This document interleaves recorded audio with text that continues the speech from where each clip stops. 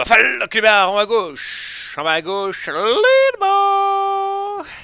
1-0 pour le joueur Protoss Millennium. Et dans cette demi-finale de GoForce Warcraft numéro 448. Première partie décevante.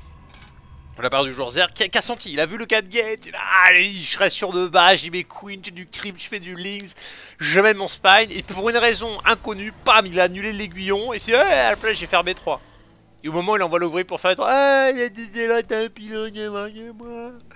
Voilà. Et derrière c'était pas terrible. Après il fait je vais contourner pour aller darter le pylône. Et là, oh non, le Protoss en a profité pour rentrer dans ma B2. Et après il sait qu'il va se faire attaquer. Ah, je vais me faire attaquer la B3. Je vais à droite de la carte. Et non. Ah, il est dans ma B1, j'étais à l'opposé de la map, je n'ai pas un seul map contrôle, j'ai pas un seul dominant sur la carte, j'ai rien, je suis aveugle. Oh là là là. Et j'avais annoncé en plus, un Teufel, le mec qui joue à l'aveugle. Je sais pas. Il a toujours joué comme ça, donc fut une époque, ça fonctionnait, maintenant c'est dead. Hein. Maintenant c'est dead, c'est une catastrophe.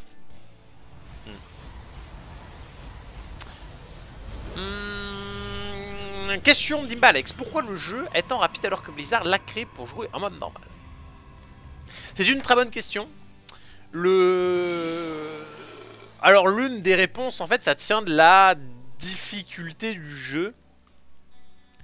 En fait le jeu en vitesse normale est là pour la campagne en fait. Pour le joueur lambda qui connaît pas trop le jeu, qui va à 2 à l'heure, qui est là pour prendre son temps, pour kiffer le jeu tranquillement, la vitesse qu'on a là, elle sera trop rapide. Le mec il sera en panique tout le temps et tout. Donc il y a une vitesse normale. Et vu que la vitesse normale, bah, c'est beaucoup trop lent pour le mode de compétition, bah clic, on l'a fait appeler plus vite. Donc je sais pas si c'est la raison principale, mais au final ça semble malin et juste. Si vous lancez le jeu pour la première fois, vous êtes en normal. La campagne, vous la faites en normal. Mais vous pouvez la passer en faster si vous voulez. Augmenter la vitesse du jeu. C'est comme une sorte de niveau de difficulté, on va dire. Et en compétition, forcément, on joue au niveau de difficulté le plus élevé.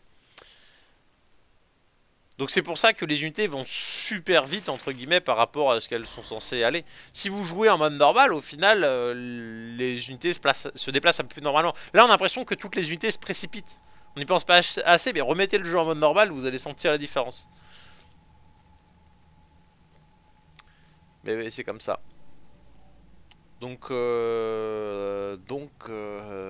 voilà, c'est bon. Enfin, du coup, tout ce qui était, tous les outils, enfin moi je connais plus pour War 3 que pour Vaudoir, mais qui étaient développés sur War 3, tout était basé sur la vitesse faster du jeu.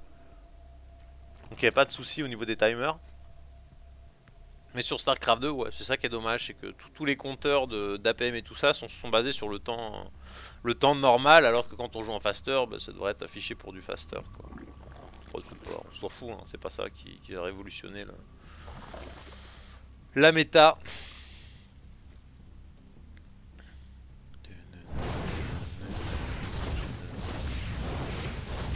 Il faut qu'il met la petite pression sur la B3 avec son tracker.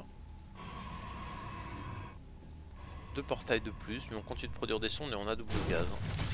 Donc le petit teasing pour forcer les airlings, et c'est toujours désagréable de forcer des airlings sans speed parce qu'on n'en fait pas grand chose hein, sur la carte.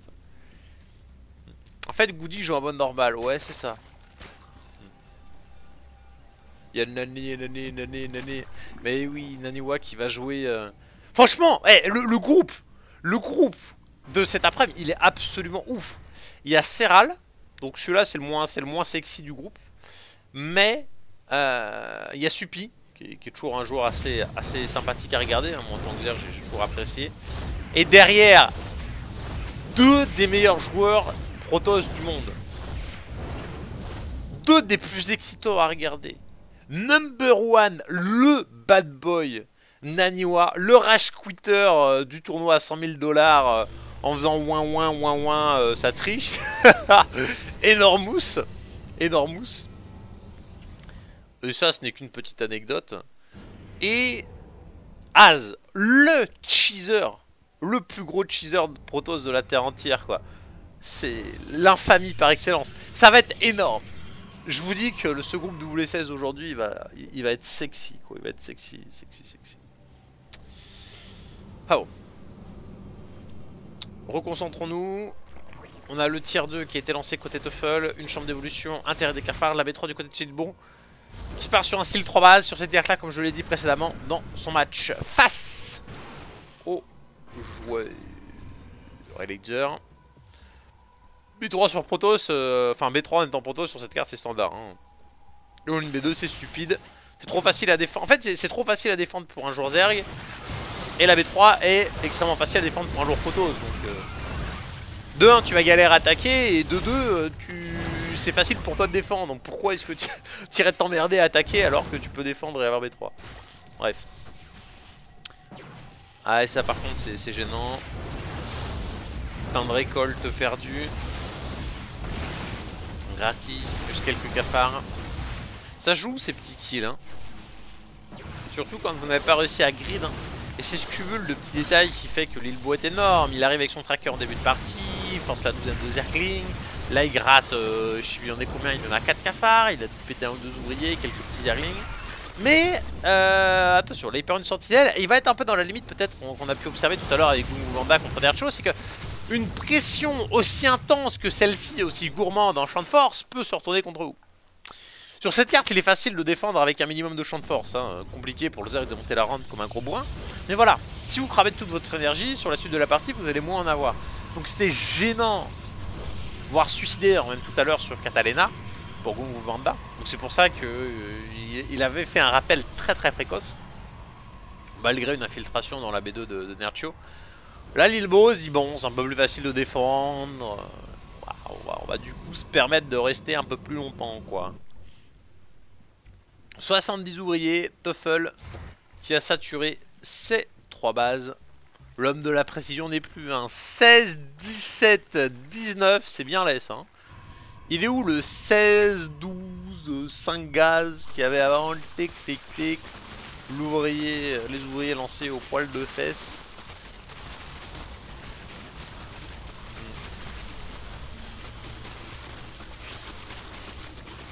Ah, là ça sent le mec, des fois vous faites couper la pop, champ de force et collègue, vous faites ramasser ça.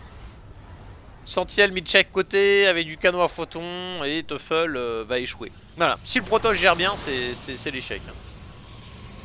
Donc il va falloir envisager de poser B4. Non. Ah, Teufel arrive toujours à nous sortir des...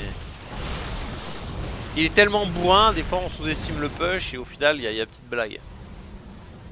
Il ne faut pas relancer trop de sentinelles parce que de toute façon il n'y a pas assez de gaz, il faut aussi du DPS. Ça commence à faiblir niveau champ de force. Mais niveau DPS ça monte donc ça compense. Plus d'unités s'infiltrent mais on les ramasse plus rapidement. On les expulse plus rapidement plutôt. Parce que là on n'est pas sur du ramassage ordonné, on est sur du mixage. Sur de la démantelation barbare. Hein. Aïe. Comme de la pop, hein. Il est obligé de ramener toutes les sentinelles. Gros DPS d'hydralisque. Colosses qui vont pas tarder à arriver. La vache! Qu'est-ce que c'est que ce Teufel? Non! Peut-il gagner cette game? Oh là là! Là il est en train de se coincer avec Hydralisque. Il y a eu le moment de puissance, le moment 60 de pop d'avance, mais aïe, Hydralisque ça tombe vite. Après plus de sentinelles. La surcharge une fois qu'elle va se terminer, ça va être gros coup dur pour l'Ilbo. Hein. L'Ilbo taqué qui va souffrir. Allez, ça y est, il commence à souffrir. Il n'y a plus. Le Colosse qui a du mal à tout DPS, surtout qu'il n'y a pas la turbulence de... Ah, le deuxième qui arrive. Ouh là là. C'est tendu, hein. Ah bah c'était du Teufel, du grand Teufel, hein. J'attaque, je ne m'arrête jamais. Ah, mais puissant, hein. Parce que c'est Lilbo, hein. C'est pas Jean Pimpin 29 hein, qui était en train de défendre. Hein. Il voyait la puissance du build de Teufel. Après, peut-être aussi dû à l'énergie qu'il avait liquidé tout à l'heure sur les quelques ouvriers de B3. Et tout de même, hein. Là, on a quelque chose de plutôt stressant. Hein. Il a dû avoir la petite goutte de sueur, Lilbo, quand même. Hein. Tu l'attends et tu le chéris, ton Colosse, dans ce genre de situation. Archive des Templiers, prisme transfert. Alors ça, c'est parfait. Pour avoir de la vipère au cas où T3, si le mec il continue à faire le bœuf, on peut par la même occasion lui mettre une petite storm et le prisme transfert. Là, si Teufel il part en gros line, allez hop, tu lui poses 5 zélotes dans la main et là, panique. Panique. Pas que le Zerg il ait grand chose à micro, hein. Dans ce genre de situation, c'est. Sinon, il y a des champs de force, il y a des colosses, il y a des Stalker Blink. T'essaies pas trop de micro, tu vois. T'es au petit 2-3 trucs vite fait, tu fais un petit focus fire.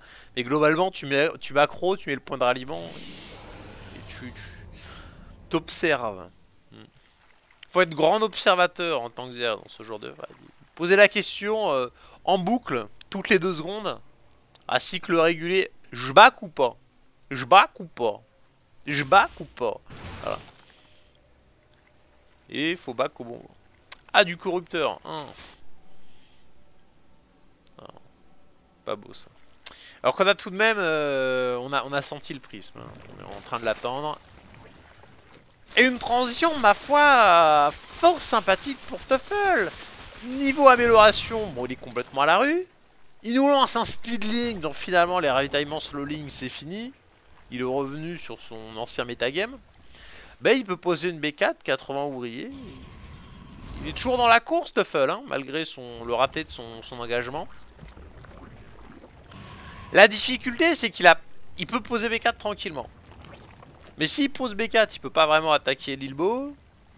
Qui lui va pouvoir poser B4. Et en fait, le problème va venir au niveau de la B5. Il pose B4, mais il va quand même attaquer. Il peut vraiment faire quelque chose. Il y a beaucoup de cafards. Hein. Ceci dit, il y a la Stormish. Hein. Stormichou, elle est là. Attention. Circle. Oh là là. Bonne grosse concave de Rochidra, mais oh la Storm dans la rampe. Petite tempête. Et Miss Météo l'avait pas prévenu. Hein. Il a pas compris Teufel. Hein. Il a monté la rampe, c'était dur. Il va tuer un colosse avec tous ses corrupteurs. 2-0, Lilbo qui se retrouve en finale. Peut-être bien face à Nerchio. Le rematch. Sachant que Nerchio, je crois, s'est imposé sur les 3 dernières confrontations. Malgré que Lilbo ait toujours eu l'ascendant sur les premières games. Chaque fois en fin de série. Il remonte Nerchio. Fidèle.